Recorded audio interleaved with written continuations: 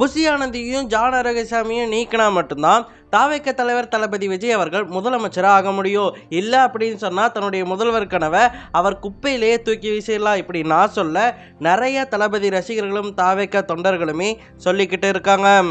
நானும் நிறைய தேடி பார்த்துட்டேன். ஆனால் எந்த ஒரு கட்சியின் பொதுச் செயலாளருமே இதுவரைக்கும் தலைமறைவானதே இல்லை. ஆனால் அப்படிப்பட்ட வித்தியாசமான சாதனையை பண்ணியிருக்காரு புஷி ஆனந்த்.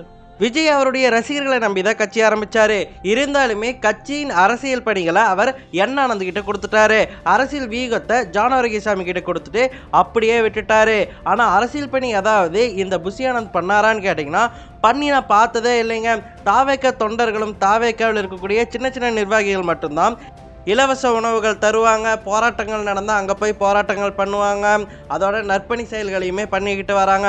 ஆனால் எந்த ஒரு இடத்துலையுமே என் ஆனந்த் இருந்து நான் பார்த்ததே இல்லைங்க. ஆனால் நிர்வாகிகள் இருப்பாங்கள்ல, மூச்சுக்கு முன்னொரு தடவை தலைவர் விஜய் அவர்கள் அறிவுறுத்தல் படியும் பொதுச் செயலாளர் ஆனந்த் அறிவுறுத்தல் படியும் அப்படின்னு சொல்லிட்டு புஷி ஆனந்தை குறி வச்சு சொல்லிக்கிட்டே இருக்காங்க. இப்படி சொல்லிட்டு இருந்தால் நாங்கள் விஜய் கட்சியாக பார்க்க மாட்டோம், ஆனந்துடைய கட்சி எதுக்காக ஓட்டு போடணும் அப்படின்னு சொல்லிட்டு தான் கேட்போம். இப்படி கவுன்சிலராக கூட தகுதி இல்லாத ஒருத்தர் தாவேகாவின் பொதுச் செயலாளராக இருக்கும்போது அதனுடைய அரசியல் வியூக வகுப்பாளராக மிச்சர் சாப்பிட்டு இருக்கக்கூடிய ஒரு ஆள் இருக்காருங்க. அவர் தான் ஜான் ஆரோக்கியசாமி. அவர் இப்போ வரைக்குமே எந்த மாதிரியான பொலிட்டிக்கல் ஸ்ட்ராட்டஜி பண்ணியிருக்காருன்னு சொல்லிட்டு எனக்கு தெரியவே இல்லை. சும்மா மஞ்சள் ஆரஞ்சு பஸ்ஸில் நீங்கள் ஊராக போய் பிரச்சாரம் பண்ணுங்க அப்படின்னு சொல்கிறது அரசியல் வியூக வகுப்பாளர்னு சொன்னால் நம்ம எல்லாருமே அரசியல் வியூக வகுப்பாளர்கள் தாங்க. ஏன்னா நம்மளுக்கே அது தெரியும் இப்படி பிரச்சாரம் பண்ணால் தான் ஓட்டு வரும்னு சொல்லிட்டு. ஆனால் நிறைய இடங்களில் விஜயர்களுடைய பெயர் கெட்டு போகிறதுக்கு இந்த ஜான் ஆரோக்கியசாமி முக்கிய காரணமாக இருக்கார்.